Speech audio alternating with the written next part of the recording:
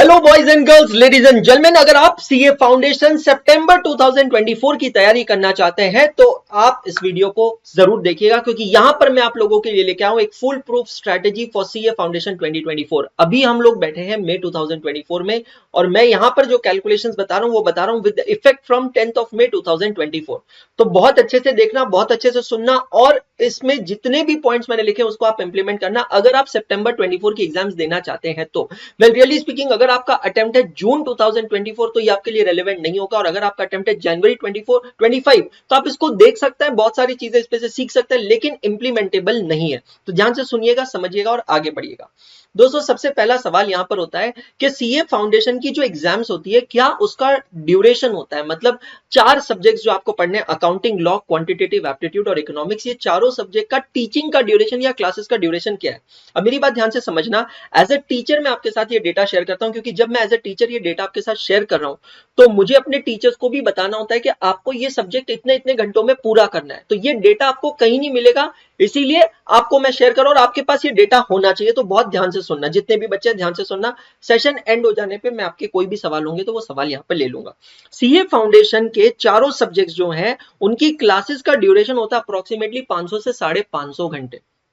अब ये जो ड्यूरेशन है ये अप्रॉक्स एक रेंज में आपको बता रहा हूं। इस रेंज के अंदर सबसे बड़ा जो सब्जेक्ट है वो है paper number 1, accounting. Accounting itself takes around 150 to 170 hours. पिछली बैच मेरी 180 घंटे भी चली थी। अगर मैं लॉ की बात करूं तो तकरीबन 120 घंटे लगते हैं लॉ में। तो हर एक सब्जेक्ट का अपना ड्यूरेशन है। तो टोटल क्लासेस का ड्यूरेशन मैं आपको बता रहा हूं 500 से 550 घंटे। अब सवाल ये उठता है कि सर हम इसको कैसे मैनेज करेंगे? मतलब यहां पर सवाल उठता है कि how many hours of classes should we watch. तो जैसे कि मैंने कहा है कि ये जो सेशन है, जब मैं ये सेशन आप लोगों के लिए ले रहा हूं उस दिन से हम लोग कैलकुलेशन करते हैं। तो सपोज मैं यहाँ पे मान के चलता हूं कि मई में बचते हैं 21 डेज। वेल रियली स्पीकिंग आज से तो दिन ज्यादा बचे हैं, बट अगर हम मान के चलते हैं कि 10 मई तक कोई भी ये सेशन देख रहा है या 10 मई के बाद भी देख रहा है, तो आप उतने नंबर ऑफ डेज रिड्यूस कर दीजिएगा। तो मई में बचते हैं 21 डेज, जून में बचते हैं 30 डेज, जुलाई में बचते हैं 31 डेज। अब मैं आपको मई, जून, जुलाई ही क्यों कह रहा हूं? क्योंकि एग्जाम्स तो सितंबर में।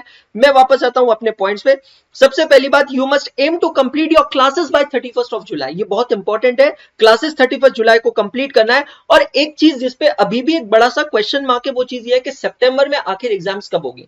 आईसीआई की तरफ से इस पे कोई क्लैरिटी नहीं है, एग्जामिनेशन का सर्कुलर अभी तक आया नहीं है। बस इतना आया है कि सितंबर में अगर किसी को एग्जाम देनी है तो उनके रजिस्ट्रेशन जो है वो जल्दी कंप्लीट हो जाने चाहिए, और वो डेट थी 1 मई। तो अगर 1 मई तक किसी ने रजिस्ट्रेशन की है तो ही वो सितंबर में एलिजिबल है, नहीं तो वो एलिजिबल नहीं है। लेकिन अगर मैं पास्ट के ट्रेंड को देखता हूं तो पास के ट्रेंड को देख के लगता है कि एग्जाम जो है वो सितंबर के मिड में कहीं चालू होनी चाहिए। दोस्तों, अगर मैं जून 24 के एग्जाम्स की डेट्स को फोकस करता हूं तो वो है 20-22 जून। मतलब 20 जून से एग्जाम्स चालू होने वाली है, और कस्टमरली यही डेट्स होती है, 20, 22, 24 तारीख को एग्जाम चालू होती है। लेकिन सितंबर अटेम्प्ट को लेकर अभी तक कोई क्लैरिटी नहीं है। तो हम लोग जो भी प्लान बनाएंगे उसमें टारगेट डेट्स जो बनाएंगे वो मोटा मोटी बनाएंगे 31 अगस्त तक, और सितंबर को एक स्पेसिफिक चीज के लिए प्रोविजन बना के रखेंगे।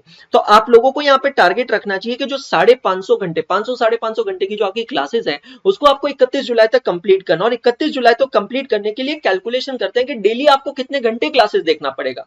तो आप अपने कैलकुलेटर पे लेंगे 550 डिवाइडेड बाय 82 डेज। मैं फिर से रिपीट करता हूं, अगर आप ये सेशन बाद में देख रहे हैं तो आपको रिमेनिंग नंबर ऑफ डेज निकालना है टिल 31 ऑफ जुलाई। तो 82 डेज से अगर मैं प्लेन डिवाइड करता हूं तो यहां पर आंसर आता है 6.7, राउंडेड ऑफ है 7 आवर्स अ डे।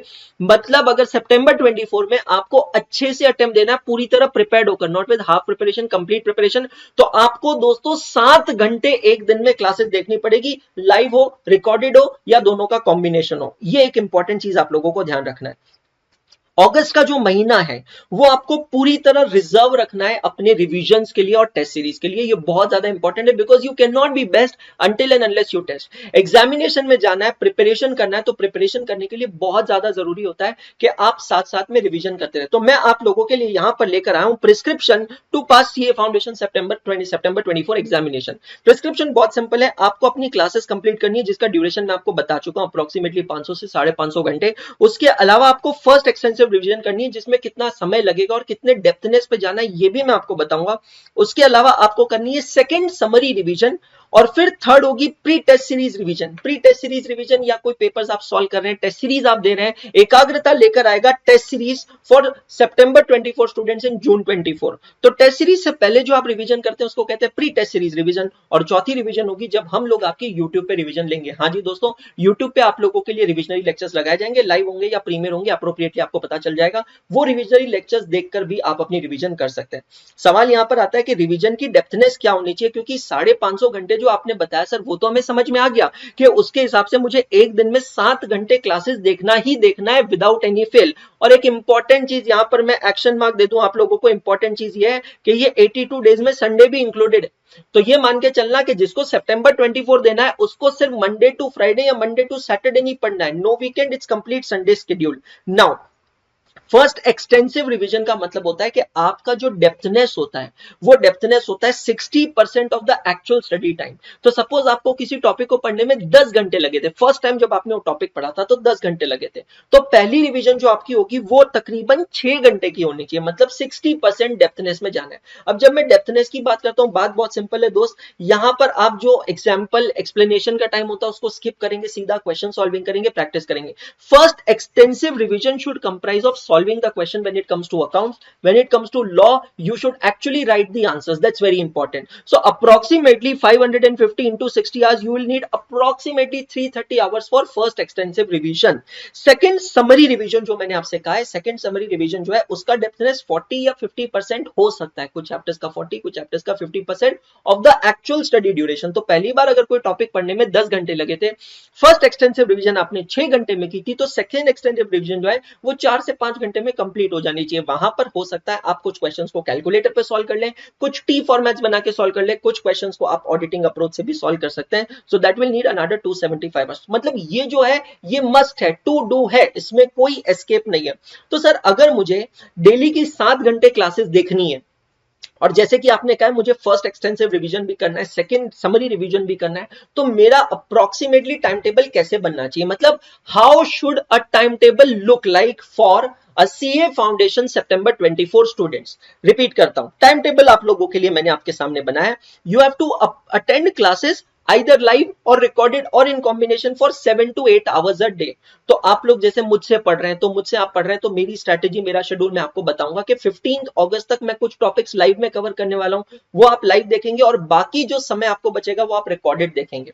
आप समझ रहे हैं? तो सपोज आपकी लाइव क्लासेस एक दिन के अंदर 3 घंटे या 4 घंटे हो रही है, और आपको पता है कि आपको दिन में 7 से 8 घंटे क्लासेस देखनी है, तो आपको बाकी का जो भी रिमेनिंग ड्यूरेशन है वो आपको रिकॉर्डेड लेक्चर्स देखना पड़ेगा। Are you getting my point? तो September 24 students, you will have to really work very hard. ये करने के बाद मान के चलना सिर्फ क्लासेस देखने से कोई भी कभी पास नहीं होता। अगर क्लासेस का पूरा बेनिफिट लेना चाहते हो तो क्लास में जो सिखाया है उसमें पार्टिसिपेटिव रहना है, एक एक क्वेश्चन को सॉल्व करना है, क्लास वर्क करना है, होमवर्क करना है, और जो भी लॉ में, इकोनॉमिक्स में पढ़ाया है उसको डेली का डेली रिवाइज करना पड़ेगा। ये जो डेली की रिविजन होती है ना, ये फर्स्ट एक्सटेंसिव रिविजन में कवर नहीं होती है। This daily revision is the part of the class timing. So आप मान के चलिए कि 7 से 8 घंटे की क्लासेस जब आप करेंगे तो अप्रोक्सीमेटली 3 घंटे आपको हर रोज देने पड़ेंगे for doing homework of the classes और रिवीजन। अब ये मैं एवरेज बता रहा हूं। अकाउंटिंग के अंदर किस चैप्टर में, किसी चैप्टर में कुछ होमवर्क नहीं रहेगा, किसी दिन काफी होमवर्क रहेगा, किसी दिन ऐसा रहेगा कि आपका होमवर्क 15 से 20 मिनट में या आधे घंटे में कंप्लीट हो रहा है, तो किसी दिन ऐसी सिचुएशन होगी कि आपको होमवर्क करने के लिए शायद 3 घंटे भी इन्वेस्ट करने पड़ रहे हैं। तो ये एक एवरेज ड्यूरेशन मैं आपको बता रहा हूं कि आपका एक दिन कितने घंटों का होगा। तो 7 से 8 घंटे, लेट्स कंसिडर 8 घंटे की आप क्लासेस अटेंड कर रहे हैं, 3 घंटे आप जो 8 घंटे क्लासेस अटेंड कर रहे हैं ना उसका होमवर्क करेंगे, रिविजन करेंगे, और उसके बाद में पैरेलली आपको 3 घंटे हर रोज निकालना है फर्स्ट एक्सटेंसिव रिवीजन के लिए। फर्स्ट एक्सटेंसिव रिवीजन का मतलब ये नहीं है कि सिलेबस खत्म होने के बाद चालू करेंगे। तो जैसे कि मैंने आपसे कहा कि 31 जुलाई तक आपको क्लासेस कंप्लीट करनी है, इसका मतलब ये नहीं है कि first extensive revision will start from 1 August. It has to start parallelly. Well really speaking इसकी कोई ऐसे डिफाइंड एंड डेट नहीं है कि फर्स्ट एक्सटेंसिव रिवीजन कब तक खत्म होना चाहिए। उसके लिए मैं अलग से स्ट्रैटेजी वीडियो जब आपके लिए लेके आऊंगा तब मैं आपको बताऊंगा। अभी के लिए आपको सिंपल सी चीज समझना है कि कुछ चैप्टर्स आपके खत्म हो गए, सपोज 3-4 चैप्टर्स खत्म हो गए और काफी समय हो गया उन चैप्टर्स को रिवाइज किए हुए, देखे हुए, फर्स्ट एक्सटेंसिव रिवीजन में वो चैप्टर की प्लानिंग कर लीजिए। लेट्स टेक एन एग्जांपल, अभी कोई भी बच्चा जो सितंबर 24 कर रहा है, सपोज वो स्टार्ट करता है कंपनी अकाउंट से पार्टनरशिप अकाउंट से और सिंगल एंट्री सिस्टम मतलब preparation of accounts from incomplete records. अब ये तीन बड़े बड़े चैप्टर्स करने के बाद जब वो चौथे चैप्टर पे जाता है, let's take example not for profit organisation, तो होता ही है कि एनपीओ पे जाने के बाद उसके मन में डर आता है कि कहीं मैं ये तीनों चैप्टर्स भूल तो नहीं गया हूं। इस डर को ओवरकम करने के लिए जब वो एनपीओ की क्लासेस कर रहा है, मतलब जब वो ये वाला समय एनपीओ को दे रहा है, तब उसको फर्स्ट एक्सटेंसिव रिवीजन करनी है of company accounts, partnership accounts and accounting from incomplete records की। तो दोस्तों फर्स्ट एक्सटेंसिव रिवीजन जो है it should not happen after 31 July, it should start. तो जब आपके कुछ टॉपिक्स हो जाएंगे सिग्निफिकेंटली, मतलब मान के चलिए 15-20% सिलेबस आपका हो जाएगा और आप आगे प्रोग्रेस कर जाएंगे हर एक सब्जेक्ट में, तब आपको पिछले चैप्टर्स जिसकी क्लासेस आप देख चुके हैं उनकी फर्स्ट एक्सटेंसिव रिवीजन करते जाना है। एक टारगेट सिंपल रख लीजिए, 31 जुलाई को जब आपकी क्लासेस खत्म होगी, क्लासेस के साथ साथ तकरीबन 60%, 70%, 50-60-70% फर्स्ट एक्सटेंसिव रिवीजन आपकी कंप्लीट हो जानी चाहिए। इस चीज का आपको टारगेट बनाना है अपने माइंड में। अगस्त का जो महीना है उस महीने में हमें क्या करना है, जो बची हुई फर्स्ट एक्सटेंसिव रिवीजन है, जिन टॉपिक्स की फर्स्ट एक्सटेंसिव रिवीजन नहीं है वो करनी है, समरी रिवीजन करनी है, और एकाग्रता आप लोगों के लिए लेकर आएगा evaluated test series in the month of June 2000 पे हम लॉन्च जल्दी कर देंगे। अब हमारा ये जो टेस्ट सीरीज का पैटर्न है ये भी आपको पढ़ने में काफी हेल्प करेगा। कैसे हेल्प करेगा मैं आपको बताता हूं। मैंने हर एक सब्जेक्ट के टोटल कितने पेपर्स बनाए, 6 पेपर्स बनाए, और आपकी टेस्ट सीरीज जो है वो सब्जेक्ट वाइज नहीं है, इट्स अ कंप्लीट बंडल। ये जो कंप्लीट बंडल है ये बंडल है 24 पेपर्स का। अब ये कैसे है मैं आपको एक्सप्लेन करता हूं। मैंने हर एक सब्जेक्ट के 30 मार्क्स के 3 पेपर बनाए। ये जो 30 मार्क्स का सिलेबस होता है ये क्या होगा, अप्रोक्सीमेटली कंसिडर कर लीजिए 1/3 ऑफ द टोटल सिलेबस। तो 1/3 सिलेबस पे 3 पेपर्स बनाए, फिर 50 मार्क्स के 2 पेपर्स बनाए which will cover your half of the syllabus, और 100 मार्क का एक पेपर बनाए which will cover your entire syllabus. तो आप लोग यहां पर कैलकुलेशन देख सकते हैं, 3 + 2 5 + 1 6, for every subject you will get 6 paper, into 4 subjects you will get 6 4 24 papers. आप समझ रहे हैं, तो 24 पेपर की टेस्ट सीरीज एकाग्रता आप लोगों के लिए लेके आएगा। Right now this test series is available for June 24 students. जैसे ही जून 24 की बच्चों की एग्जाम हो जाती है, 1 जून से ये टेस्ट सीरीज मैं ओपन कर दूंगा आप लोगों के लिए, मतलब सितंबर 24 वाले बच्चों के लिए। अब यहां पर समझना आपको मदद कैसे होगी, आप समझना जून तक, अभी हम लोग बैठे हैं मई में और जून में, जून तक आप लोगों के जो जो चैप्टर्स कंप्लीट होंगे वो चैप्टर्स की सेक्शनल टेस्ट मतलब 30 मार्क की टेस्ट आप लोग दे सकते हैं। तो टेस्ट के बहाने भी आपकी प्रिपरेशन होगी, सेल्फ असेसमेंट भी होगा कि जितनी पढ़ाई हमने की है क्या उस पर अगर क्वेश्चन आता है तो हम लोग उसको अटेम्प्ट कर पा रहे हैं या नहीं कर पा रहे हैं। एक कॉमन सवाल आता है कि सर कितने घंटे पढ़ना है ये बता दिया, कितने घंटे क्लासेस देखना है ये बता दिया, कितनी रिवीजन करनी है ये बता दिया, टेस्ट कब देनी है ये बता दिया। अब ये बता दीजिए कि सर हमें कौन कौन सी बुक्स कवर करनी है। वेल रियली स्पीकिंग, आप जो बच्चे मुझसे पढ़ रहे हैं, मेरी क्लासेस देख रहे हैं, आप लोगों को मेरी बुक कवर करनी है। Let me tell you, it's a one stop solution for everything. Don't be over ambitious, क्योंकि सितंबर 24 के लिए समय कम है। Had you been January 25 student then this list goes on, but आप क्योंकि सितंबर 24 स्टूडेंट्स है, डोंट बी ओवर एम्बिशियस, क्योंकि सितंबर 24 के लिए समय हमारे पास कम है। सितंबर 24 वाले बच्चों को आप मेरी ये ट्रिपल ए बुक कवर कर सकते हैं। मेरी जो बुक है it's a compilation plus creation. मेरी बुक के अंदर जितने क्वेश्चंस है, तकरीबन मेरे बुक में 250 क्वेश्चंस है, 250 क्वेश्चंस है for all the chapters taken together. It covers ICAI study material to the extent of 90%। 90%। तो सर बाकी का 10% क्यों छोड़ा, अभी बताता हूं। क्योंकि बाकी के जो 10% क्वेश्चन है आईसीआई मटेरियल के, वैसा सिमिलर क्वेश्चन मुझे पीवाईक्यू, आरटीपी, एमटीपी में मिल गया। एक्चुअली सिमिलर नहीं, उससे थोड़ा एडवांस या उससे थोड़ा बेटर क्वेश्चन मुझे पीवाईक्यू में मिल गया। तो अब आप लॉजिकली समझिएगा, मैंने मॉड्यूल के 90% क्वेश्चन ले लिए और वो जो 10% क्वेश्चन जो मैंने मॉड्यूल के छोड़े हैं वो कंसेप्ट वाइज नहीं छोड़े, सिर्फ क्वेश्चन वाइज छोड़े। उसका कंसेप्ट जो है वो मुझे बेटर वर्जन में मिल जाता है पीवाईक्यू में, तो वो पीवाईक्यू मेरी बुक के अंदर, वो मुझे मिल जाता है आरटीपी में, तो वो आरटीपी का क्वेश्चन मेरी बुक में। मतलब वो जो 10% क्वेश्चन मैंने मॉड्यूल के छोड़े ना, उसको आप आराम से अटेम्प्ट कर सकते हैं on the basis of those questions which I covered in my book. Plus it's a creation, मेरी बुक के अंदर बहुत सारे ऐसे क्वेश्चन है जो मैंने खुद ने बनाए हैं। It's a compilation and creation. तो पर फिर भी मैं कभी किसी को नहीं कहूंगा कि मॉड्यूल को इग्नोर करना है। Boss, ICI module is our Bible.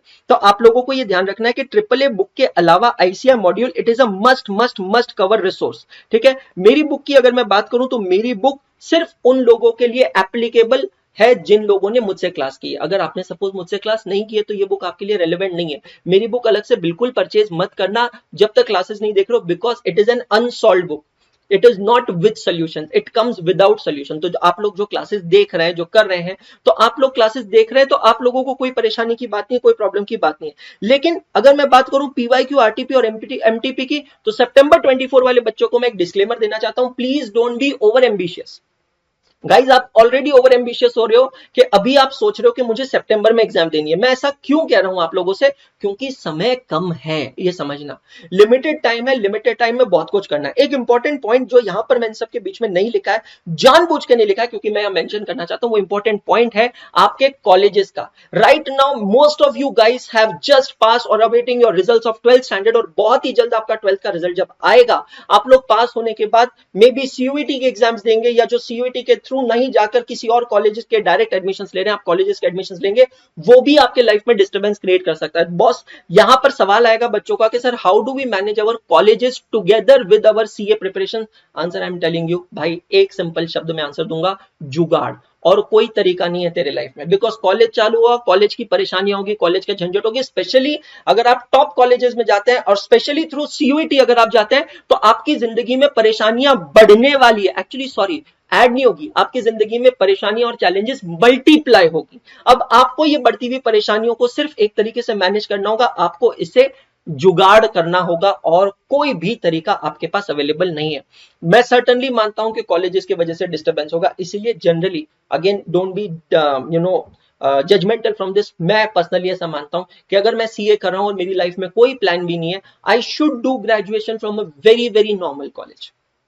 मुझे एक ऐसे कॉलेज से ग्रेजुएशन करना चाहिए जहां पर किसी भी तरीके का, किसी भी प्रकार का कोई भी डिस्ट्रैक्शन ना हो, आप समझ रहे हो। लेकिन अगर मेरे दिल में इच्छा है कि मुझे कॉलेज के अंदर जो एक्टिविटीज होती है, जो डेज होते हैं, जो फेस्टिवल्स होते हैं, फेस्ट होते हैं, उन सब में पार्टिसिपेट करना है, मुझे कॉलेज की सोसाइटीज ज्वाइन करनी है, मुझे ये इवेंट करना है, वो इवेंट करना है, भाई मैं एक सिंपल सी चीज बताऊं, फिर मैं ये नहीं कह रहा हूं नामुमकिन है, सीए करना मुश्किल होगा, ये मान के चलना सीए करना मुश्किल होगा, क्योंकि आप या तो उस चीज में ज्यादा टाइम दे सकते हो या इस चीज में। देखो बच्चे इसमें भी एक्सेप्शनल निकलते हैं, ऐसे बहुत सारे बच्चे हैं जो एसआरसीसी से, जो मतलब इंडिया के टॉप मोस्ट कॉमर्स कॉलेज से बीकॉम कर रहे हैं, Shri Ram college of commerce new Delhi से बीकॉम कर रहे हैं, लेकिन फिर भी वो फर्स्ट अटेम्प्ट में सीए क्लियर करते हैं। पर वो भी स्टूडेंट मिलेंगे जो एसआरसीसी में है और वो मल्टीपल अटेम्प्ट दे चुके हैं और सीए के नहीं निकले।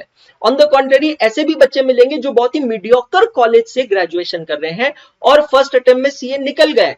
तो ऐसे भी बच्चे मिलेंगे जो मीडियोकर कॉलेज से करके भी मल्टीपल अटेम्प्ट दिए जा रहे हैं और नहीं निकलेंगे। तो आखिर सवाल ये उठता है कि यार मुझे ग्रेजुएशन के लिए कौन से टाइप का कॉलेज सेलेक्ट करना चाहिए so that I can manage my CA with graduation. दोस्तों उसके लिए मैं एक अलग से वीडियो लेकर आऊंगा इसी चैनल पे आप लोगों के सामने टू आंसर दिस डाउट। मैं उसमें कंक्लूजन पे नहीं आऊंगा, मैं आपके सामने फैक्ट्स रख दूंगा कि किस टाइप के कॉलेज के क्या प्रोज है, क्या कॉन्स है, अकॉर्डिंगली डिसीजन आप लोग ले सकते हैं। ये बहुत इंपॉर्टेंट सवाल है, बहुत सारे बच्चों के अंदर ये सवाल चला होगा, लेकिन इस सवाल का जवाब आपको मिलेगा अलग से उस वीडियो में। Coming back to the strategy for September 24 student, I hope यहां तक का पॉइंट सब लोगों को क्लियर हो गया होगा। 550 घंटे की क्लास है, first extensive revision 330 hours, second summary revision जो है it will take another 275 hours. एक मोटा मोटी टाइम टेबल कैसे दिख रहा है ये आपको पता है। अब सवाल यहां पर आता है कि भैया जी हमारी जो बैच है, आप लोगों की ये जो वाली बैच है, इस बैच को कैसे हैंडल करना है। दोस्तों एकाग्रता के प्लेटफॉर्म पे हमारी जो बैच है वो बैच चालू हुई है 15 अप्रैल 24 को। ये जो बैच है ये बैच एम कर रही है, टारगेट कर रही है लाइव में फॉर जनवरी 25 स्टूडेंट्स। लेकिन सितंबर 24 वाले बच्चे क्या करेंगे ध्यान से समझना। ये जो बैच है इसका एस्टिमेटेड एंड डेट है 15 नवंबर। ये बैच की फीस है 30,000, लेकिन इंट्रोडक्टरी ऑफर था पहले जिसमें ये बैच 9,999 में अवेलेबल थी। Right now also it is available at 14,999 only. You can simply scan this QR code to enrol for this batch. ये बैच के अंदर आपको मिलते हैं अनलिमिटेड व्यूज, मतलब जितनी बार चाहे उतने वीडियोस आप देख सकते हैं। मोस्ट इंपॉर्टेंट थिंग मैं आपको बता दूं, ये वाली जो बैच है it's a subscription of all educators batch, मतलब एकाग्रता के अंदर जितने भी एजुकेटर्स हैं ये सारे के सारे एजुकेटर्स एक ही बैच में पढ़ा रहे हैं। मतलब अकाउंट्स यहां पर पूरा सिलेबस मैं भी ले रहा हूं, दर्शन सर भी ले रहे हैं, लॉ का पूरा सिलेबस स्वाति मैम भी ले रहे हैं, आदर सर भी ले रहे हैं, इकोनॉमिक्स का पूरा सिलेबस जतिन सर ले रहे हैं, और mathematics is again taught by two teachers that is Nishant sir and Jatin sir. It's an all educators batch और ये पूरी की पूरी बैच अभी मिल रही है 14,999 में। It comes with 9 months of validity. तो अगर आप अभी भी परचेज परचेस करते हैं तो आपका सितंबर अटेम्प्ट ही नहीं जनवरी 25 भी कवर हो जाएगा, क्योंकि 9 महीने की वैलिडिटी है और पीडीएफ नोट्स आपको मिलते हैं जो आप डाउनलोड करके प्रिंट कर सकते हैं। बैच का टाइम टेबल आप देख लीजिए, लाइव बैच का आप लोगों के सामने है। जैसे कि मैंने कहा लाइव के अंदर ये बैच का टारगेट है जनवरी 25 स्टूडेंट। तो सवाल उठता है कि सर सितंबर 24 वालों के लिए बैच कैसे रेलेवेंट है, क्योंकि icing on the cake is इसी बैच के अंदर हम लोग आपको प्रोवाइड कर रहे हैं recorded content of the previous batch. मतलब हर टीचर के पिछले बैच की पूरी रिकॉर्डिंग्स भी आपको मिल रही है विद अनलिमिटेड व्यूज। तो अगर आप सितंबर 24 एस्पायरेंट है तो आप यहां पे कॉम्बिनेशन अडॉप्ट कर सकते हैं, कुछ चैप्टर्स लाइव और कुछ चैप्टर्स रिकॉर्डेड देख सकते हैं। टाइम टेबल यहां पर आप लोगों के स्क्रीन पे है किस तरीके से है। तो अब again coming back to the topic, जो बच्चे सितंबर 24 में एग्जाम देना चाहते हैं, आप यहां पे देख रहे हैं कि दिन में तकरीबन 3 से 5 घंटे आपकी लाइव क्लासेस हो रही है। और जैसे कि मैंने कहा आपको एक दिन में 8 घंटे क्लासेस अटेंड करनी है, तो बचे हुए 3 से 4 घंटे आपको रिकॉर्डेड क्लासेस देखनी है। आप समझ रहे हैं, you have to watch recorded classes. फिर उसके बाद क्लासेस का होमवर्क करना है और उसके बाद आपको फर्स्ट एक्सटेंसिव रिवीजन में टाइम देना है। शुरुआती दिनों में जब फर्स्ट एक्सटेंसिव रिवीजन करने की जरूरत नहीं है या फिर होमवर्क ज्यादा नहीं है, तब आपको क्लास का ड्यूरेशन 8 घंटे की जगह 10 घंटे बढ़ा देना चाहिए। मैं फिर से कहना चाह रहा हूं, it is better to not to appear for examination, rather to appear with half preparation। आप लोगों को एक चीज ध्यान रखना है, सितंबर 24 में डरा नहीं रहा हूं, फैक्ट्स आपके सामने रख रहा हूं, क्योंकि मेरे को पता है बेटा आप में से मैक्सिमम बच्चे ऐसे हैं जिन्होंने जिंदगी में अभी तक फेलियर फेस नहीं किया। आप बचपन से लेकर अभी तक 12th स्टैंडर्ड तक कभी फेल नहीं हुआ है, और अगर जिंदगी में पहली बार फेलियर फेस करना पड़ा वो भी अपनी गलती से, तो काफी सारे बच्चे बुरी तरह टूट जाते हैं, क्योंकि वो ये एक्सेप्ट नहीं कर पाते कि मैं मेरी लाइफ में कैसे फेल हो गया हूं। तो आप लोगों को ये समझना है कि failure management is also an art. तो यहां पर मैं नहीं चाहता हूं कि आप बिना प्रिपरेशन के करें। सवाल यहां पर अगर आता है कि सर अगर अभी भी हम चालू करके सितंबर 24 देना चाहते हैं तो क्या हम पास हो सकते हैं? The answer to this question is big YES, yes, it is not impossible guys, but it is going to be extremely hardworking and difficult. And before you fill the exam form for September 24, you have to be physically and mentally prepared for it, that am I prepared for doing this much hard work for all 7 days a week for the next 82 days plus the month of August plus the month of September. If that is the case, तो yes my dear friends, आप दूसरों के comparison से 3 महीने जल्दी CA बन सकते हैं। अकाउंटिंग मेरे सब्जेक्ट की मैं अगर बात करूं तो मेरे सब्जेक्ट के अंदर मैं जो लाइव बैच पढ़ा रहा हूं, जैसे कि मैंने कहा ये जो लाइव बैच है 15 अप्रैल से 15 नवंबर तक टारगेट है। अब इस लाइव बैच के अंदर मैं 15 अगस्त का एक कट ऑफ डेट लिया है सितंबर 24 के बच्चों के लिए। 15 अगस्त तक मैं ये 7 चैप्टर्स लाइव में कवर करने वाला हूं। तो आपकी इच्छा है अगर आप लाइव अटेंड करना चाहते हैं, बिकॉज लाइव का एक अलग बेनिफिट ही होता है कि आप लोगों को अपडेट्स मिलते रहते हैं, आईसीआई के अपडेट्स, अराउंड जो भी चल रहा है, एकाग्रता के अपडेट्स, वो सारे अपडेट्स आपको मिलते हैं, सिलेबस के अपडेट्स मिलते हैं। और ये वाले चैप्टर्स जो है ये मैं लाइव में कवर करवाऊंगा 15 अगस्त के बाद फॉर जनवरी 25 स्टूडेंट्स। तो जो सितंबर 24 वाले बच्चे हैं वो क्या कर सकते हैं, वो अगर चाहें तो इन चैप्टर्स को मेरे साथ लाइव अटेंड कर सकते हैं और ये चैप्टर्स मेरे पिछली रिकॉर्डिंग से देख सकते हैं। रिकॉर्डिंग्स कहां मिलेगी? तो एकाग्रता का जो ऐप है उसमें कंटेंट फोल्डर है, कंटेंट फोल्डर में आप जाएंगे तो आपको सारी रिकॉर्डिंग्स अवेलेबल करवाई गई है। इतना ही नहीं, सारे के सारे पूरे के पूरे 12 चैप्टर के पीडीएफ नोट्स यहाँ पे अपलोड किए हैं। ये जो चैप्टर की सीक्वेंसिंग मैं आपको बता रहा हूं, this is according to my book, मेरी जो बुक है उसके सीक्वेंसिंग के हिसाब से। जनवरी 25 वाले बच्चों को कोई प्रॉब्लम नहीं है, सर क्या हम यही बैच ज्वाइन कर सकते हैं? बिल्कुल ज्वाइन कर सकते हो, ये आपका टाइम टेबल है, आप देख रहे हैं जनवरी 25 वालों का। सर क्या हमें सारी टीचर से पढ़ना जरूरी है? आंसर है नहीं, हर टीचर सब कुछ वापस पढ़ाएगा। मतलब अकाउंटिंग जो है, इवन तो मैं और दर्शन सर दोनों पढ़ा रहे हैं, पर दोनों के दोनों पूरा के पूरा सिलेबस पढ़ाने वाले हैं दोस्तों। मतलब आप अगर चाहो तो बहुत अच्छे से तैयारी कर सकते हो, बहुत अच्छे से प्रिपरेशन कर सकते हो। आप चाहो तो दोनों टीचर से पढ़ सकते हो, आप चाहो तो किसी एक टीचर से पढ़ सकते हो। इंपॉर्टेंट चीज मैं आपको यहां बता दूं कि हमारा जो ये टेक है ये डिवाइस मैपिंग करता है। डिवाइस मैपिंग का मतलब क्या है, ध्यान से समझना बेटा जी। पहली बात, at a time multiple device में लॉगिन नहीं होता है। दूसरी बात, आप अपने एंड से, अपने यहां से डिवाइस को लॉग आउट करके लॉगिन नहीं कर सकते। मतलब अगर कोई बच्चा मोबाइल फोन पे देख रहा है और फिर बाद में वो लैपटॉप पे शिफ्ट होना चाहता है तो वो अपने आप शिफ्ट नहीं हो सकता है। आप अगर सोचते हैं कि मैं मोबाइल से लॉग आउट करूं और लैपटॉप पे लॉग इन करूं तो नहीं चलेगा। डिवाइस मैपिंग का मतलब होता है, आपने अगर मोबाइल पे क्लासेस देखी है तो आपके मोबाइल की जो आईपी एड्रेस होता है वो हमारे सिस्टम में रजिस्टर हो जाता है और फिर वो रजिस्टर होने के बाद वो लॉक हो जाता है। अब अगर आप मोबाइल से लॉग आउट करते हैं और अपने लैपटॉप में या सिस्टम में लॉग इन करने की कोशिश करेंगे तो आप क्लासेस नहीं देख पाएंगे, क्योंकि लैपटॉप का आईपी एड्रेस अलग होता है। तो सर वहां पर हम क्या करेंगे? पहली बात, एकाग्रता की ये रिस्ट्रिक्शन इसीलिए की गई है ताकि हम हमारे कंटेंट को प्रोटेक्ट कर सके, हमारे टीचर्स के इंटरेस्ट को प्रोटेक्ट कर सके, हमारा जो टेक पार्टनर है उनकी ये रिक्वायरमेंट है, इसलिए ये डिवाइस मैपिंग की प्रोटेक्शन है।